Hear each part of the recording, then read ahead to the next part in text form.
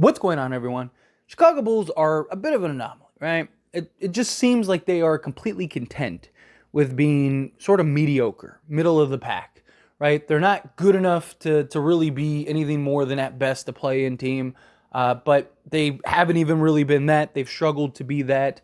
And, the idea was Lonzo was going to be the missing piece, and I do think they would be better with Lonzo, but I don't think that they'd be that much better that Lonzo all of a sudden makes them a contender, right?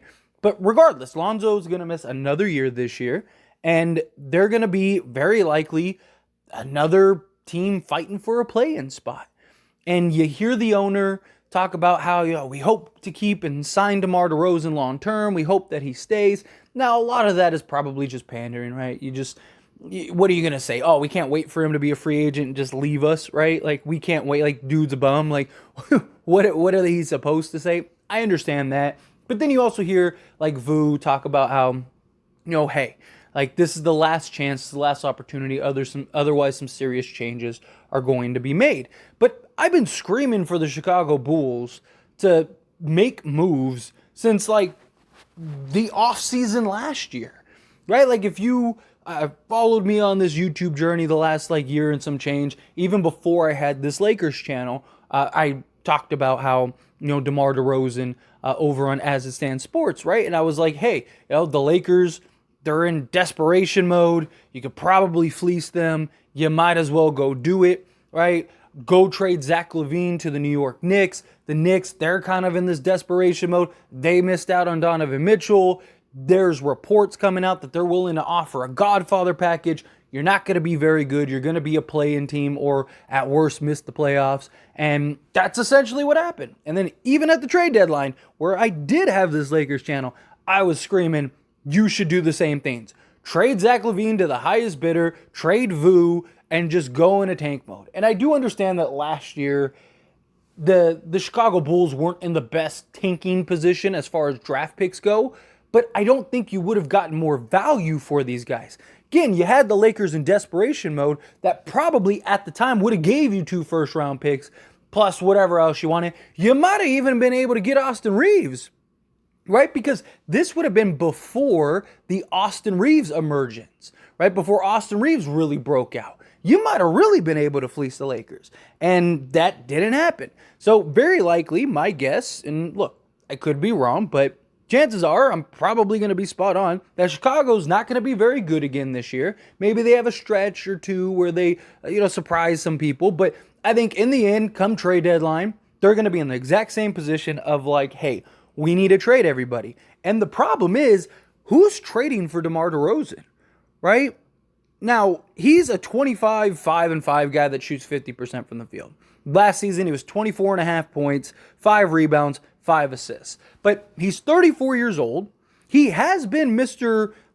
Reliable on the basketball court. Like, the guy plays. That's one thing that's really good. Like, year in and year out, you're getting basically 70-plus games from this guy for his career. Like, the dude every year gives you 70 games, even going into his age. Not really much of a three-point shooter, but he is older, and he is a guy that, how much trade value does he have? And even with him having whatever trade value he has, he's a free agent.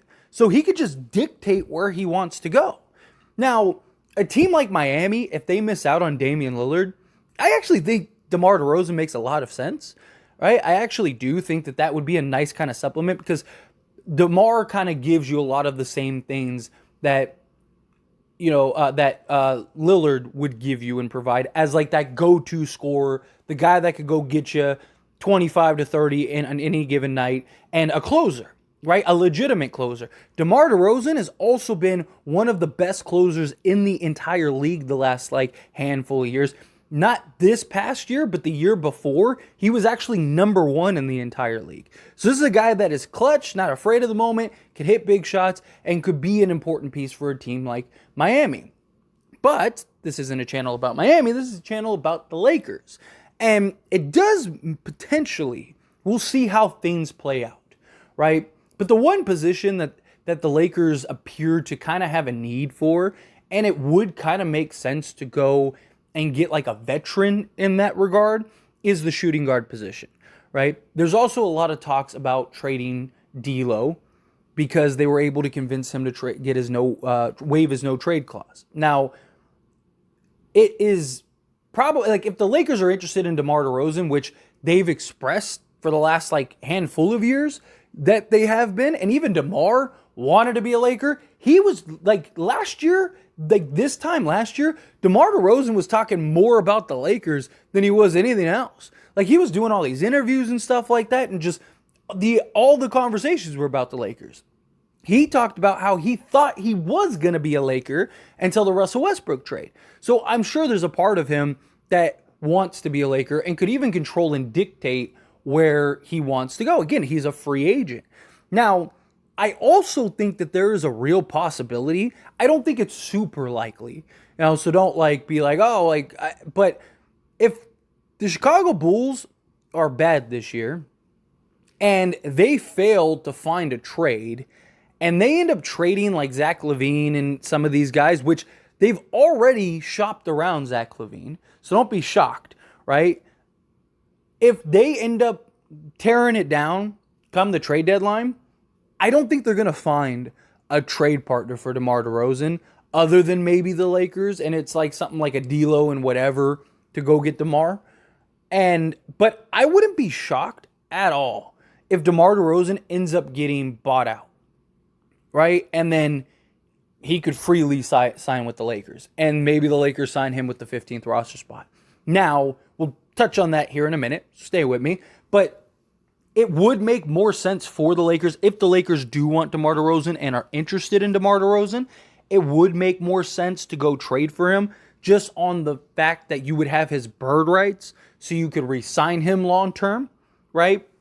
I also don't think he's going to get like a new 4-year deal because he'd be like 38 years old. But I could see him maybe getting like a 1+1 or maybe like a 2-year extension and then kind of see where he's at there.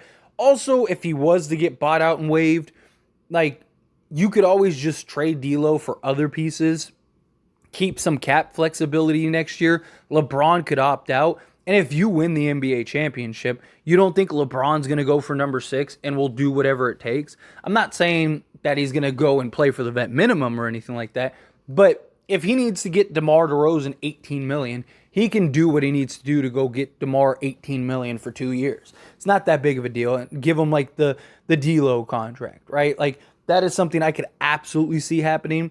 And I know some people bring up like LeBron 8 years ago said that he would never take a discount again. Well, things change, times change. He also didn't think he was going to be playing in year 21 at age 40. Like it's just, and being at the level that he's at 8 years ago, right? I mean, there's been talks about him retiring for the last 5 years. So it's just one of those things. Things change, times change. Obviously, if the Lakers lose in the first round or something like that, then he's probably just going to want to get his money. But if he's in a position to where it's like, oh no, I can go and contend for number 6, I absolutely think he'll do whatever it takes. So there is that possibility. But if you were interested in DeMar DeRozan, you go and trade for him. And DeMar DeRozan, even right now with this current roster, makes a lot of sense. Austin Reeves is very likely going to be the closer.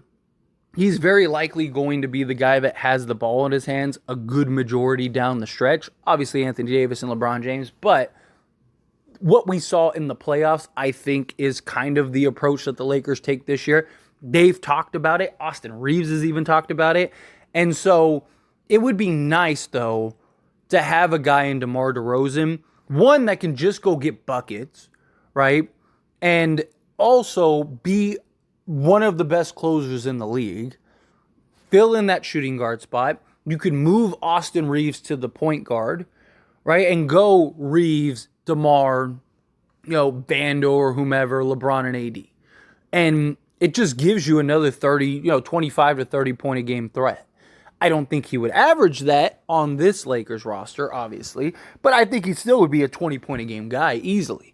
He doesn't really give you the 3-point shooting that D'Lo gives you, but he gives you playmaking. Like D'Lo, he gives you the scoring output. He's extremely efficient like D'Lo was, but he gives you that clutch and that closing. Like you don't really have to worry about him basically giving you goose eggs. There have been some questions about him in the playoffs, but he's had, as of late, some very good and big playoff games, right? Most of the stigma centers around when he was younger with Toronto, where it feels like he's kind of gotten rid of some of those demons. He's had games here and there, but everyone does, right? So I don't think that that's the worst case scenario, like going and getting DeMar DeRozan. Obviously, if you can get him on a buyout, it's a no-brainer. But I also think Lakers very likely consolidate some of these guys that are on the roster, because you just look at they have too much depth, right? Which is a good thing to have. Like, it's not a bad problem, but you got to imagine that throughout the course of this season, the Lakers are going to kind of figure out, okay, who's who's what, who are we keeping, who do we like? And then these are like the 4 guys that we can use to leverage to go get somebody else. And my guess, the Lakers would want to get another star, but you want to get a star and not lose that depth, right? Like, if Giannis became available, you're basically trading your entire roster to go get him. I'm just using him as an example. But somebody like DeMar DeRozan, you're giving up like D'Lo, and like, let's say you don't really have a need for Rui.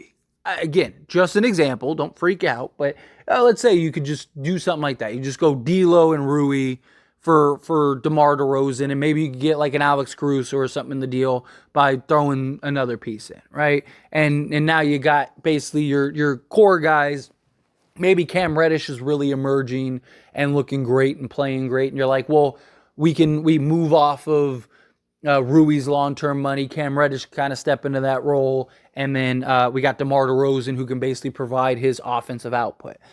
It's just kind of a thought, but I really look at this season, and again, I could be completely wrong, but I really do think the Lakers are going to pull off some type of trade around the trade deadline, and it's probably going to be for something like a DeMar DeRozan, right? And I also think that you look around the league, like some of these veteran guys that the Lakers, or some of these veteran guys that have never won an NBA championship, that are kind of getting in their end years, where it's like, all right, like I got probably 2-3 good years left in me, like a DeMar DeRozan, I could absolutely see him push to go to a team like the Lakers.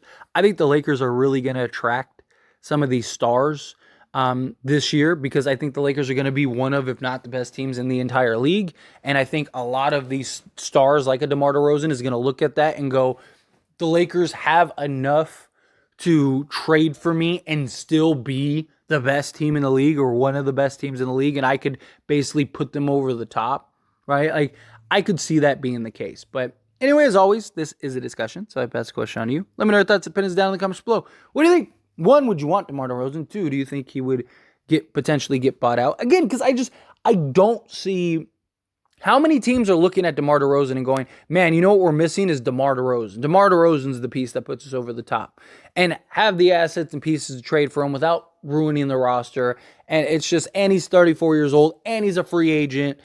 And so it's like, it's just, there's so many factors that go into it that I think Chicago would have a really hard time finding a trade for DeMar. And so it's like, you know, the Andre Drummond thing, right? That's how the Lakers got Andre Drummond.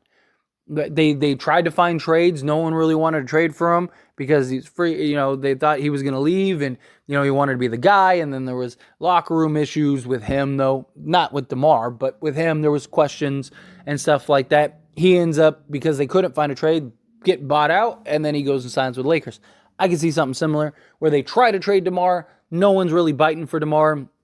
Lakers maybe throw out some like random offer of like D'Lo and whatever, and they're like, no, like it makes no sense. And then ultimately they end up getting bought out, or the Lakers just wait and be patient. But again, if you're going to get DeMar, it probably makes sense to trade D'Lo to go get him. But I also do like the idea of like, if DeMar got bought out, now you can use D'Lo and whatever to go get another piece, right? Like, what if Miles Turner or something like that becomes available? It's like, oh, let's go get him. And then we got DeMar, and now nobody's beating you, right? I mean, now you got a starting 5 of like Reeves, you know, DeMar, LeBron, AD, and Miles Turner, like with Vando and stuff. Like, good luck. You're not beating that team. But anyway, again, let me know down in the